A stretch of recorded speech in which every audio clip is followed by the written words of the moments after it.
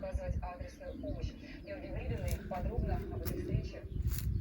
Алина плюс не надо на свой день рождения, который отмечает как раз День защиты детей, с утра в саду ухаживает за растениями. Получила подарки от родителей и от 10 братьев и сестер, но совсем не ожидала, что ее в прямом эфире поздравит президент. Отдельные, самые теплые поздравления и пожелания ребятам, которые сегодня, прямо в этот день отмечают день рождения, которые сейчас, надеюсь, находятся у нас есть на связи.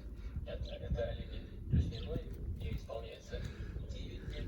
Плюснины из Пермского края, как и еще 7 семей из разных уголков России,